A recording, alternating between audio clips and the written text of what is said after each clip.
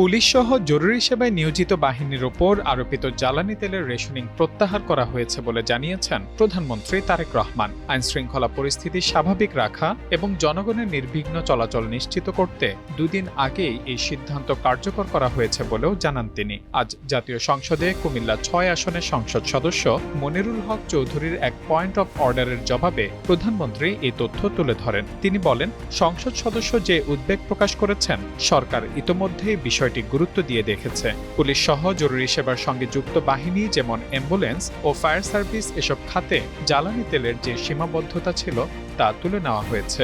প্রধানমন্ত্রী আরও জানান, দুদিন আগে এই সংক্রান্ত সিদ্ধান্ত নেওয়া হয়েছে এবং সংশ্লিষ্ট সব পক্ষকে বিষয়টি জানিয়ে দেওয়া হয়েছে। ফলে এখন থেকে এসব সেবায় আর কোনো ধরনের জ্বালানি সংকট থাকবে না বলেও আশা প্রকাশ করেন তিনি।